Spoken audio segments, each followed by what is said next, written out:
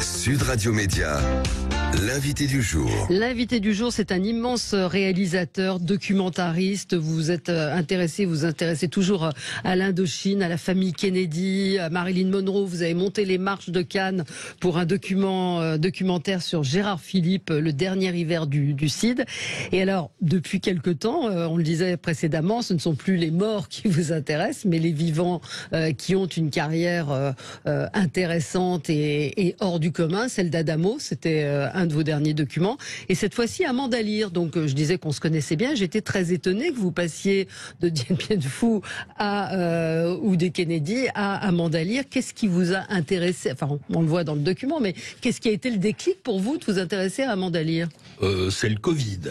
Je veux dire, j'ai traversé comme tout le monde quelques mois en solitaire, et c'est pendant ces 2 mois qu'on m'a proposé Adamo, premièrement, qui était mon chanteur de jeunesse, et j'ai dit oui tout de suite, alors que j'ai dit oui, c'était un engagement. Voilà, c'était pour lui rendre hommage, en fin de compte. Mais, et puis, par ailleurs, en feuilletant Wikipédia, je me suis aperçu qu'Amanda Lear était née, et ça semblait avéré, en Indochine.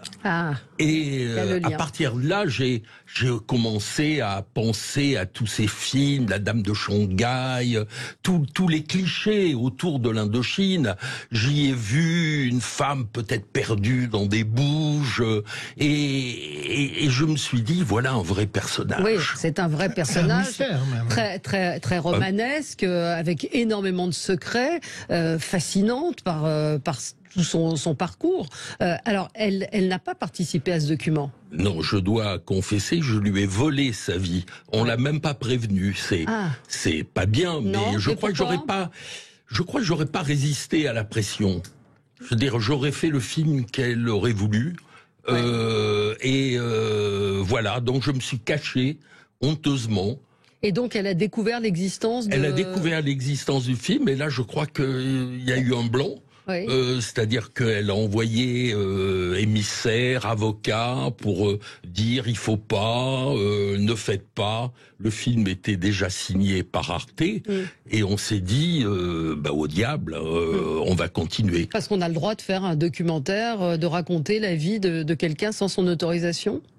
On a le droit, oui, c'est un personnage public, et elle a bien respecté ça. Je veux dire, elle n'a pas intenté d'action. Mais entre-temps, vous l'avez eu au téléphone. Et je l'ai eu il y a 15 jours au téléphone. Et quand vous décrochez, que vous entendez « c'est Amanda Lear », là vous êtes scotché. Je suis sorti de chez moi, j'ai trébuché, j'ai écouté, puis très rapidement, on a eu une conversation d'amis. Parce qu'elle avait vu le documentaire. Elle avait vu le documentaire, mais surtout elle avait fait voir. Elle avait fait voir à son entourage, et son entourage lui a dit « c'est formidable ». Mais à partir de là, j'ai quand même dû la convaincre qu'il ne fallait pas couper notamment la dernière partie du film, où on parle de l'Indochine, mais où on parle effectivement des zones d'ombre d'Amanda.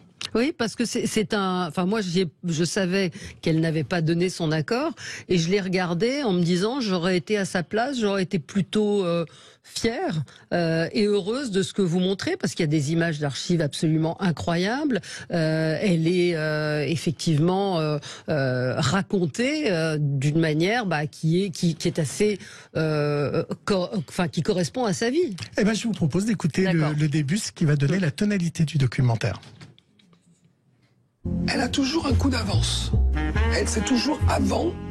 Elle est dans l'esprit du temps. Il y a plein de moments dans sa vie où elle aurait pu être totalement broyée par le show business, carbonisée. Mais bien qu'elle soit une fille assez sensible, ça reste une guerrière. Elle est comme le phénix. Elle renaît constamment de ses cendres. Et puis surtout, elle a une capacité d'adaptation. Et c'est ça. Et c'est l'intelligence. Elle s'est totalement construite, comme Marilyn Monroe, comme Mae West, pour devenir un idéal de femme superlative. Une sorte de femme sensationnelle, femme à sensation. Ouais, c'est troublant, elle est troublante. Elle est troublante, et vous n'avez pas percé le mystère de son âge, de sa sexualité. Alors, quel âge a Amanda Lear? Vous me voyez muet. Oui, non. Écoutez, je ne sais pas l'âge qu'a Amanda Lear, mais en tout cas, elle n'a pas l'âge qu'elle prétend avoir. Elle prétend quoi? Je veux dire, Elle prétend avoir quel âge? Elle prétendait être née dans les années 50, fin des années 50 peut-être. Et on est plutôt dans les années 40 ? Mais on est plutôt dans les années 40. Ce sont les images qui l'attestent. Moi, je n'ai pas fait complément d'enquête. Je ne suis pas Élise Lucet. Je lui ai dit d'ailleurs à Amanda. Je veux dire, oui, c'est l'œuvre d'un artiste. Je le disais, vous êtes un réalisateur, un artiste. Vous n'êtes pas, c'est pas un reportage, une enquête. Non. Voilà, j'ai traité avec le beau. Ouais. Le beau, c'est elle, avec l'intrigant, le mystère. Voilà. Et quelle image atteste son âge ? Bien, des photos magnifiques de publicité faites par Jean-François Boré, qui était un grand photographe, et qui a fait des photos d'elle en gaine, très mémère, les gaines, en 64. Elle ne pouvait pas avoir 14 ans. Oui, enfin, elle ne pouvait pas avoir 26 ans, plutôt. Elle avait plutôt 14 ans, 15 ans, je suppose. Oui. Parce qu'elle était vraiment mature sur ces photos. Alors, le Wikipédia dit qu'elle serait née en 39, mais ça a assez peu d'importance finalement. Ça fait partie du mystère qui a créé le personnage, mais c'est une carrière tout à fait fascinante. Les images que vous avez retrouvées d'elle à ses débuts, on va aussi au Studio 54 avec Mick Jagger. Enfin, elle a eu une vie extraordinaire et c'est ce qui ressort en fait de ce document. Elle a été très filmée. Non seulement elle a été filmée, mais en plus elle a participé à tellement d'émissions pour dire entre nous toujours la même chose. Oui, c'est vrai. Quels que soient les interlocuteurs, les plus rusés comme Fogiel, les plus intellos comme Rochebain, et à chaque fois le déroulé de l'interview est le même, et on en arrive toujours effectivement à la question on doit vous appeler monsieur ou madame, et c'est là où impériale elle répond appelez-moi mademoiselle. Est-ce que y a une part de mythomanie où tout ce qu'elle raconte sur toutes ces rencontres, elles sont toutes véritables ou pas?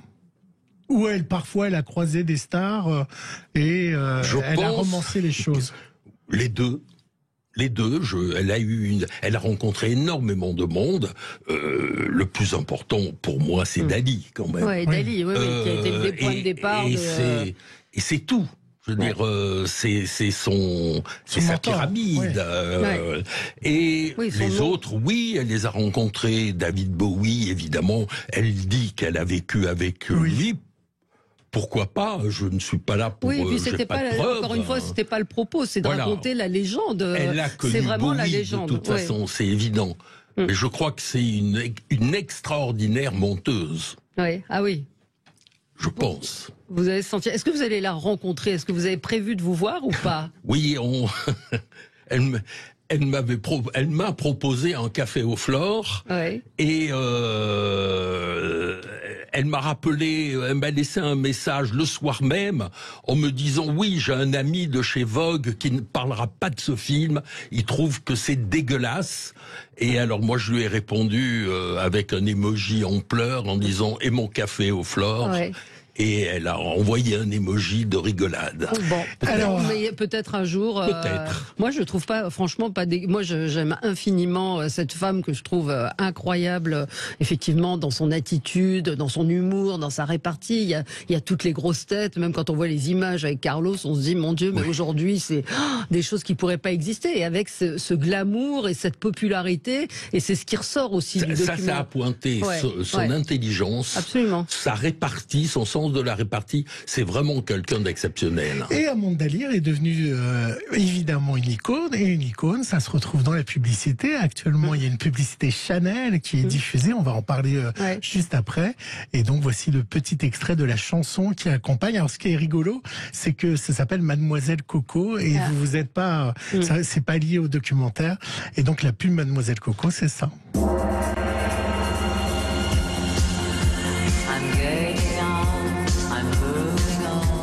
C'est drôle. J'avais pas vu.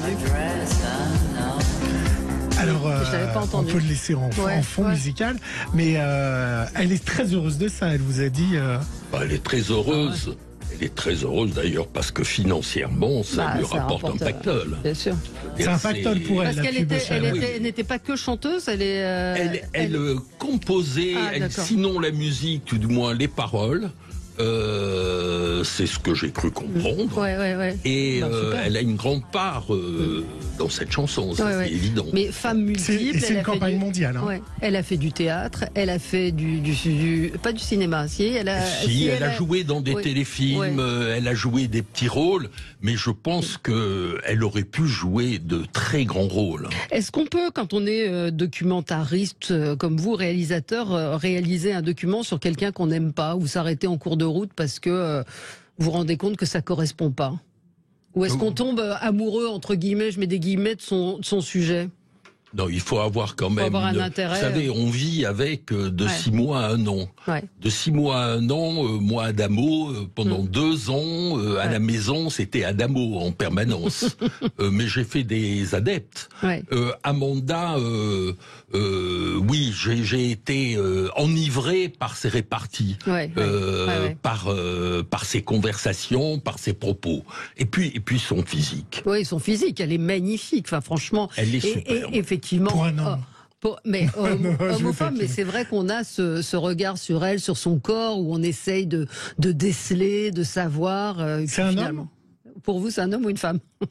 Je ne vous répondrai pas, je ne dis rien même dans le film. Oui, c'est vrai. Je veux dire, je n'ai utilisé que les mots d'Amanda. C'est-à-dire, je n'ai mis que ce qu'elle-même a dit. Encore une fois, oui, c'est pas... Cela dit, de temps en temps, il y a des images, il y a des indices, mais comme dit Éric Dahan, d'ailleurs, avec un de ses grands admirateurs. Un grand admirateur, avec une certaine, non pas mauvaise foi, mais avec une certaine rouerie. Il dit on s'en fout, après tout, on s'y intéresse pas. C'est vrai. Mais ça a participé de la construction, c'est ça qui est... C'est et la date de naissance et le sexe a constitué le mythe, ou en tout cas la légende d'Amanda Lear. C'est Dali qui le lui avait dit, et en fin de compte, elle a suivi son conseil. Est-ce qu'elle est connue à l'international, Amanda Lear?